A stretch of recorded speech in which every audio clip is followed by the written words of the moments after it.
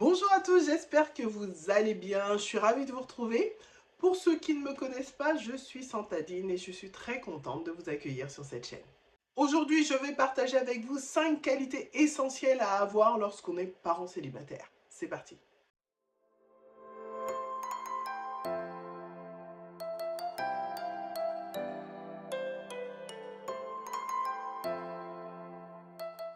C'est parti, on va parler ensemble des 5 qualités essentielles à avoir lorsqu'on est un parent chrétien célibataire. Alors, la première et toute première qualité, et je dirais que c'est c'est deux qualités en une, c'est tout simplement la foi et la confiance en Dieu.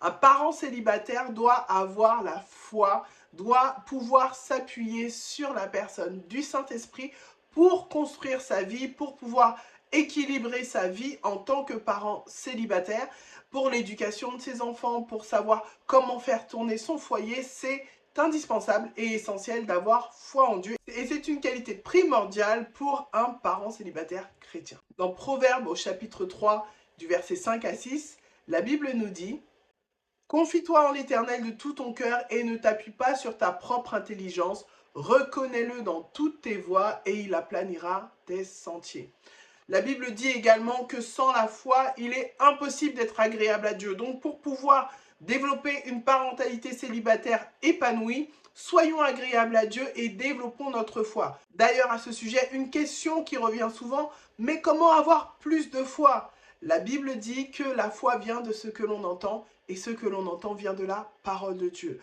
Donc pour pouvoir faire grandir notre foi, il faut tout simplement lire la Bible. La deuxième qualité à avoir qui est essentielle lorsqu'on est parent célibataire chrétien, c'est la patience et la maîtrise de soi. Et ça, il n'y a pas de surprise à ça. Lorsqu'on est parent célibataire, on a des challenges, on passe par des difficultés dans le quotidien, et c'est valable tant pour les parents célibataires que pour tous les parents en général. Et pour ça, eh bien, il nous faut la patience et la maîtrise de soi. Ce sont des qualités essentielles pour pouvoir développer une parentalité sereine. On est souvent confronté à des situations de stress, à des situations qui vont nous pousser à peut-être sortir de nos gonds, mais non, nous devons apprendre à nous maîtriser. Nous devons et devrons être patients. Très souvent, on a envie de voir nos enfants évoluer d'une certaine manière, les voir autonomes assez rapidement, les voir grandir dans des conditions bien spécifiques, mais ça ne va pas assez vite pour nous, ou ça ne va pas comme on voudrait que ça aille, et pour ça, il nous faut absolument de la patience.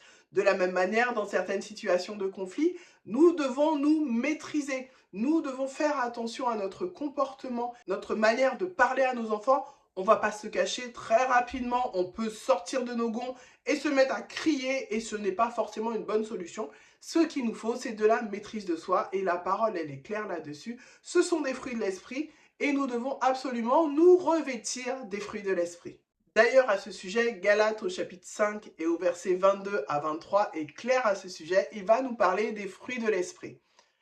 Mais le fruit de l'esprit, c'est l'amour, la joie, la paix, la patience, la bonté, la bienveillance, la fidélité, la douceur, la maîtrise de soi.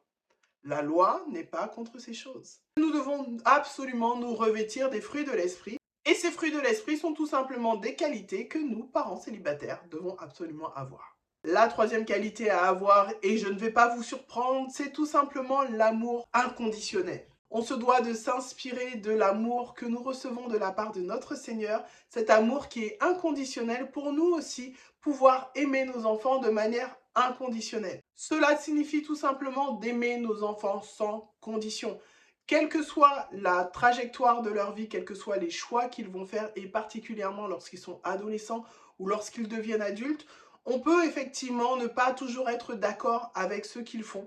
On peut ne pas être d'accord avec les choix et les décisions qu'ils vont prendre, mais on se doit de les aimer inconditionnellement. Notre amour ne doit pas vaciller en fonction de notre ego. Si notre ego est satisfait, on aime, et puis si notre ego ne l'est pas, on aime un peu moins. Non, nous devons absolument aimer nos enfants de manière inconditionnelle. Et là, il nous suffit tout simplement de nous tourner vers le Seigneur et de lui demander « Mais montre-moi comment aimer mes enfants ». Et bien évidemment, lorsqu'on va parler d'amour, on va aller se plonger dans 1 Corinthiens au chapitre 13, et là, du verset 4 au verset 7, voilà ce qui est dit. L'amour est patient, il est plein de bonté. L'amour n'est point envieux, l'amour ne se vante point. Il ne s'enfle point d'orgueil, il ne fait rien de malhonnête. Il ne cherche point son intérêt, il ne s'irrite point, il ne soupçonne point le mal, il ne se réjouit point de l'injustice, mais il se réjouit de la vérité. Il excuse tout, il croit tout, il espère tout, il supporte tout. Prions pour cet amour inconditionnel pour nos enfants. Quatrième qualité que nous devons absolument avoir en tant que parents célibataires, c'est la discipline et la fermeté. Un parent doit être capable d'inculquer des valeurs morales et des limites claires. La discipline doit être faite avec amour et beaucoup de respect. On pense souvent que mettre des limites, c'est se restreindre. Lorsqu'on met des limites, on se dit « Ah, ben ça veut dire que j'ai pas le droit d'aller au-delà de la limite » ou « J'ai pas le droit de faire ci et j'ai pas le droit de faire ça ». Et ça crée très souvent des frustrations. Sauf que lorsqu'on impose des limites à notre enfant, eh bien, on lui confère une zone de sécurité. Et c'est ça qu'il faut voir. Mettre des limites à nos enfants, ce n'est pas les restreindre, mais c'est de les garder dans une zone de sécurité. Et ça, c'est notre rôle en tant que parents, de veiller à la sécurité de nos enfants en leur donnant des limites. N'oublions pas que le meilleur moyen d'enseigner nos enfants, c'est de leur montrer l'exemple. Si nous sommes disciplinés dans les choses simples de notre quotidien, nos enfants le seront aussi. Parce que c'est facile de dire à un enfant de ranger sa chambre ou de ne pas faire ci ou de ne pas faire ça, et que nous, de l'autre côté, eh bien, on fait tout l'inverse. Non, c'est pas comme ça qu'on va leur apprendre la discipline. Leur apprendre la discipline, c'est d'abord leur montrer l'exemple. On ne peut pas reprocher à un enfant, par exemple, de ne pas lire suffisamment sa Bible si votre enfant vous voit toujours sur votre téléphone et jamais plongé dans votre Bible. Proverbe 22 au verset 6 va nous dire « Instruis l'enfant selon la voie qu'il doit suivre et quand il sera vieux, il ne s'en détournera pas. » Nous devons absolument leur donner un cadre. Il est essentiel de donner un cadre à ses enfants. Nous ne pouvons pas laisser nos enfants faire n'importe quoi. Et lorsqu'on est parents célibataires, il nous arrive de laisser aller certaines choses et puis après d'être complètement dépassé. La discipline n'est pas une punition, mais la discipline est une valeur du royaume. Quant à la fermeté, comme je vous le disais tout à l'heure, il est important d'être ferme avec ses enfants. Il est important d'apporter de la stabilité à nos enfants.